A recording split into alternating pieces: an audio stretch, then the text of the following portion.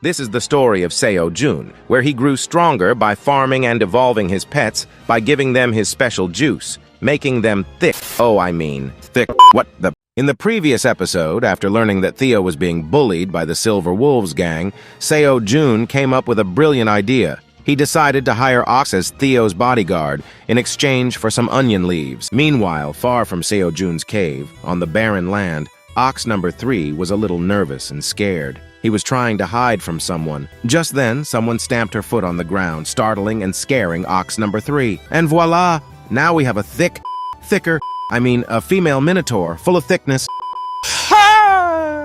Guys, today's goal is 4,300 likes. Please like and subscribe to support the channel. Now let's continue. She was a warrior ox from Ox number 3's clan, a very strong one, let's say a muscle lady. She asked Ox number 3 why he was searching for him for 3 days and where he had been. Ox number 3, trembling and nervous, said he was just playing around, nothing special. With a single glare, the muscle lady figured out that something fishy was going on. Then, the muscle lady came close to Ox number 3. After glaring at Ox number 3 for a while with a suspicious face, she asked, "Why is Ox number 3's face shining? Is Ox number 3 eating something delicious secretly, huh?" Ox number 3 just stood there with a sweet face, unable to say a single word. The muscle lady grabbed Ox number 3's shoulder and started shaking him violently. She said she knew Ox number 3 was going somewhere secretly, and seeing how shiny his hair and muscular his body was, she was sure he was eating something delicious. Ox number 3, in front of the muscle lady, remained like a statue.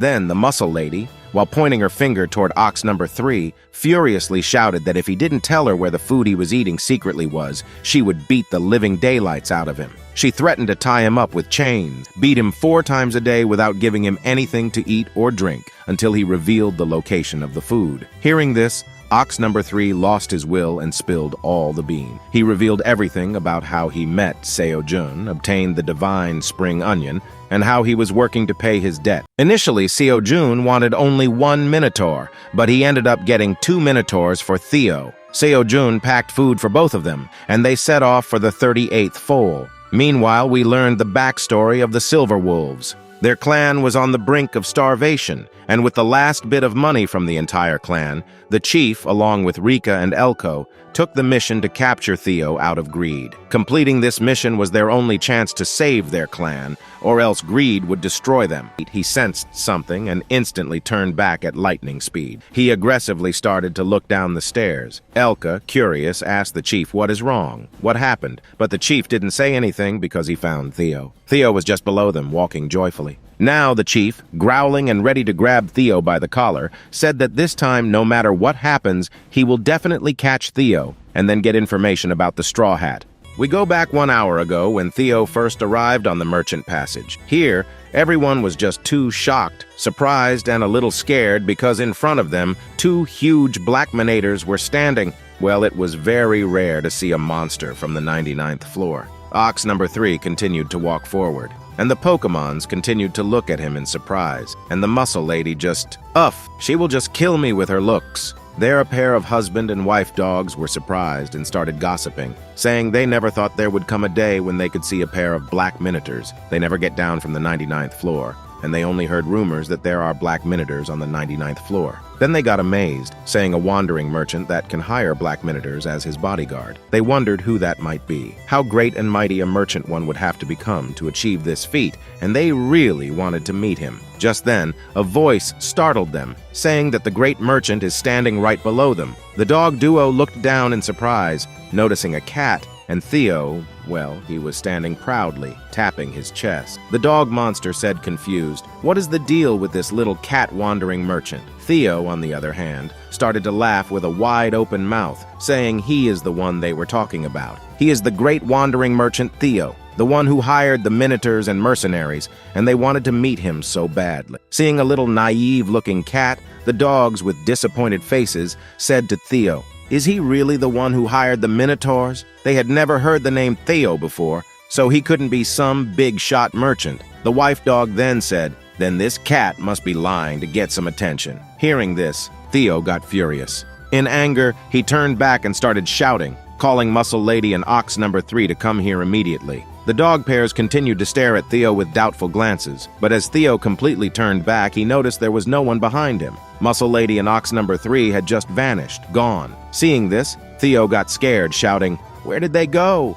Meanwhile, Ox number 3 and Muscle Lady were standing in front of a hamster who was selling 2 cabbages. The hamster, well, he was about to soil his pants. He was terrified, shivering, and crying, seeing 2 huge minotaurs looking at him with greedy eyes, saliva on their mouths. The hamster thought he would die today. When Ox number 3 said, "Yo, look delicious," he was actually talking to the cabbages. Muscle Lady then asked the hamster, "Is this green thing for sale?" The hamster, trembling and shivering, replied, pleading to spare his life and that he would do anything. Just then, a voice startled Ox number 3 and Muscle Lady, and they turned back to find Theo angrily walking toward them. He asked why they had left him alone in the market the entire time and where they had gone. Meanwhile, the hamster continued to tremble in fear. Then Theo came close to them, furious, and started scolding them, saying there are mercenaries hired to protect him. What if something happened to Theo when they left him in the market alone, huh?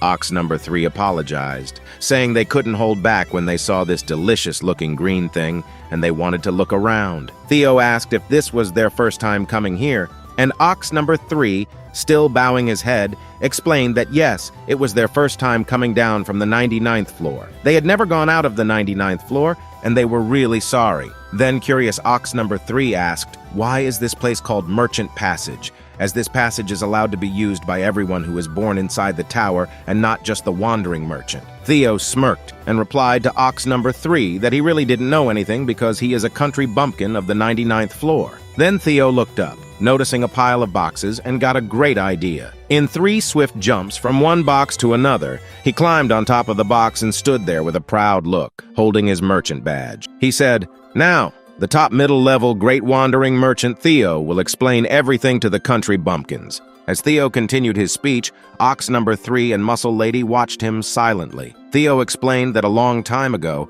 there were multiple passages to come from the 1st floor to the 99th floor, and because there were too many passages, none of them were safe. No one knew which one was dangerous, and it used to take decades just to reach from the 1st floor to the 10th floor. Then the first great wandering merchant created the Wandering Merchant Association. With his companions, he killed all the deadly monsters in all the passages, destroyed all the long and dead passages, and created only one safe, short passage. Then later, the Wandering Merchant, Magic Tower, Mercenary Association, all 3 of them joined hands. The Mercenary Association gave the manpower, and the Magic Tower provided the money. Like they managed the passages, however, the passage is still being managed under the Wandering Merchant Association because they were the founders. That is why this place is called the Merchant Passage. Hearing this, Ox number 3 and Rainy Mountain started to calm, impressed, saying this is really amazing, as how he is so much knowledgeable, and Theo just stood there with sparkling eyes. Then Theo,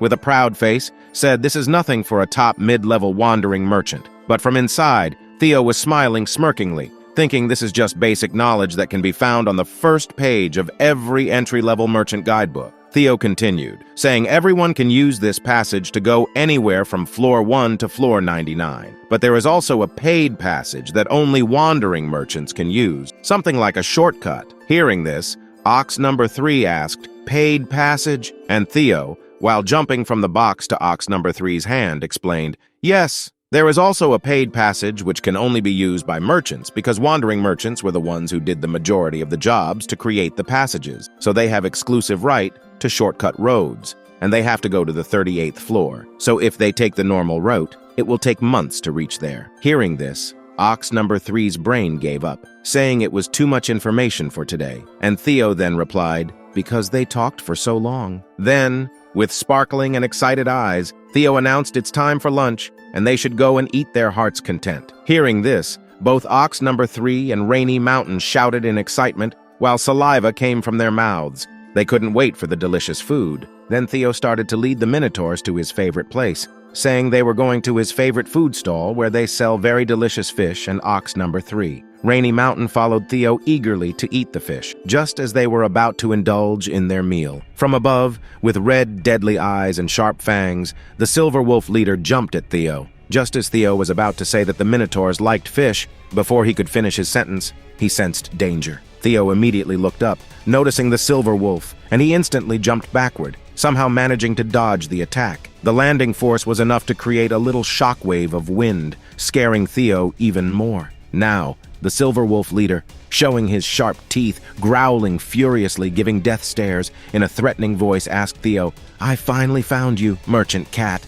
Grr. Theo was so scared that he couldn't even move an inch. He was just trembling and his mind went blank, not knowing what to do. The silver wolf continued to threaten Theo, asking him to say where the straw hat was. Just then, ox number 3 appeared beside the silver wolf's leader with deadly eyes, stretching his hand backward, ready to throw a devastating punch. Boom! Ox number 3 landed an earth-shattering punch that made a large hole in the ground. The silver wolf leader somehow dodged the attack, but the blow was so heavy that it shook the ground, and the shockwave was enough to push the wolf leader backward several feet. After getting his balance back, Silver Wolf leader noticed a minotaur and got surprised, asking why a minotaur was here. Ox number 3, upon seeing the wolf leader, asked him who he was and why he attacked Theo. The wolf didn't say anything. He just glared back at ox number 3. Meanwhile, Theo started shouting and pointing his hand toward the wolf, accusing him of making his life harder and trying to kill him. As Theo explained everything, ox number 3 listened to him with a dead serious face. After hearing the whole story, he turned toward the wolf leader and with a deep voice, he said, "Moo, let's just get rid of him." The wolf leader got into a battle position, but before they could engage in battle, from above, Elka and Elko jumped onto ox number 3, growling and raising their fangs, ready to tear him down. However, before they could attack, Rainy Mountain dashed and came in front of ox number 3, stomping 1 foot forward with a dead serious face. With her thick muscles, she raised her hand backward and delivered a devastating punch to the poor wolf as if they were cushions. While she was busy beating them, ox number 3 focused on defending Theo. Elko and Elka flew backward and fell on the ground. The wolf leader, seeing this, got a little worried and nervous. With a smile on her face and clenching her fist, Rainy Mountain said she didn't expect there were 2 more cute puppies ready to ambush them from behind. Oh my god, I can't take her thickness anymore. Then, with a confident smile, Rainy Mountain said to X number 3 to just focus on protecting Theo, and she would take care of those cute puppies. X number 3 agreed, and Theo was sitting between the hands of X number 3. Theo tensed and worriedly asked X number 3 if Rainy Mountain was going to be okay since she was alone and there were 3 wolves. He suggested that X number 3 could leave him here and help her instead. X number 3 proudly explained that there were monsters from the highest floor, the 99th floor, and those kinds of dogs were no match for them. He turned toward Rainy Mountain and with a little blush said that Rainy Mountain is much stronger than him, so she should be enough for them. Theo listened with flickering ear. As Rainy Mountain walked toward the silver wolves, Theo turned toward her and started to shout, saying she shouldn't kill them, as he didn't want anyone to be killed. Rainy Mountain stopped after hearing this, and while smashing her fist onto her palm with a smirking smile, she said that she couldn't promise not to accidentally kill them, but she would try her best to use as little power as possible. As she walked, the ground started to shake a bit. Meanwhile, the Silver Wolf gang was still injured. Elka and Elko were lying on the ground, and the wolf leader was helping them stand up. Worried, the wolf leader asked if they were okay and if they were injured badly. Elko and Elka replied that they were not injured and slowly stood up. Then, worried, Elko asked the chief leader what they should do now. The Minotaurs are insanely strong, and they can't possibly beat them. The leader first remained silent with a tense face. Then, opening his eyes, sad and worried, he explained that they can't return empty-handed now. All their last of money was used in this mission, and if they don't complete this mission, greed will not give them the money, and their entire clan will die of hunger. Even if they die here, they have to battle against them. With that, the chief, with Elko and Elka, got ready into battle positions, ready to dash toward Rainy Mountain. On the other hand, Ox Number was just sitting, holding Theo in his hand, protecting him. Rainy Mountain was standing with a confident smile, and the chief and Elka raised their teeth and prepared their gangs, growling. They were ready to launch their final attack. Meanwhile, in the cave, as the sickle rabbit used his sickle beautifully to trim the chubby rabbit's fur, and seeing this, Seo Jun clapped, commenting that the sickle rabbit is amazing. Then, the sickle rabbit also trimmed everyone's fur, including the warrior rabbit and every other rabbit. The baby bear watched the whole show, curious. Seo Jun taught the sickle rabbit how to trim, and the sickle rabbit instantly learned how to do it. After he successfully trimmed all the rabbits, It was Seo-jun's turn. Seo-jun sat beside a boulder. He made a sheet of onion leaves and wore it so that his hair didn't dirty his clothes. Seo-jun was very happy as his hair grew so long it started to sting his eyes, and he was finally getting a haircut. But before the sickle rabbit would start his work, the baby bear came close to Seo-jun, and he breathed out, which tickled the sickle rabbit's nose, and, well, he got a sneeze. He tried to stop from sneezing, but he ended up giving a sneeze, and because of this, his sickle scratched Seo-jun's head, and a little part of Seo-jun's head went bald. Seeing this, both the sickle rabbit and the baby bear got terrified, with their eyes wide open like they would pop out any moment now. Their souls seemed to have left their bodies. Seo-jun was just sitting with his eyes closed, very happy about getting a haircut. With this, the episode ends here. Please write big part 38 incher in the comment. Goodbye.